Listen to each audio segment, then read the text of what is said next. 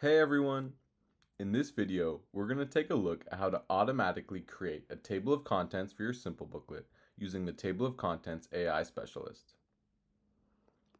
So we're going to get started here on our Simplebooklet dashboard. We're going to find the booklet that we want to work with and click on the Design tab. From here, we'll make our way over to the toolbar on the left-hand side and click on the AI Agents button. We're going to scroll down to the Table of Contents agent, toggle it on, and then click Run One Agent. As you can see, you'll get a little notification here just letting you know that the agent is working on it, and you'll get a notification when they're done. So while this is happening, you can work on other elements of your Simplebooklet. And as you can see up here, we also have an agent status marker that just lets you know what it's working on. And as you can see, again, we'll get a notification letting us know that our table of contents has been finished and that we can now find it in the info section of our nav bar.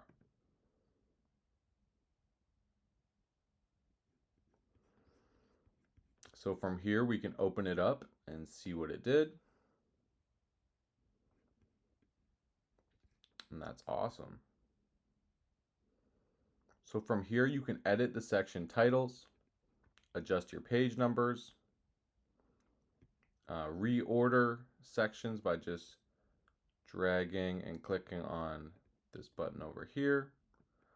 And then you can also either bold a section or keep it as a subsection using this little switch over here.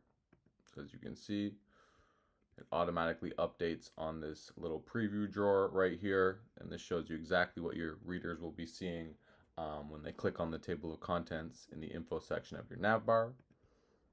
You can also delete sections, toggle on or off page numbers, as well as add new sections yourself. So you can add a section label here, what page you want it to be on, and then it will automatically slot into whatever number you choose. And then when everything's looking good, just click the Done button down here, and your table of contents will be live.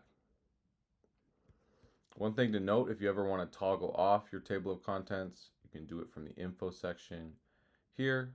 Just click that off or on, and you can also edit it from this section as well. And that's it for this video. Make sure to check out our other tutorials for more ways to get the most out of Simplebooklet. Thanks for watching.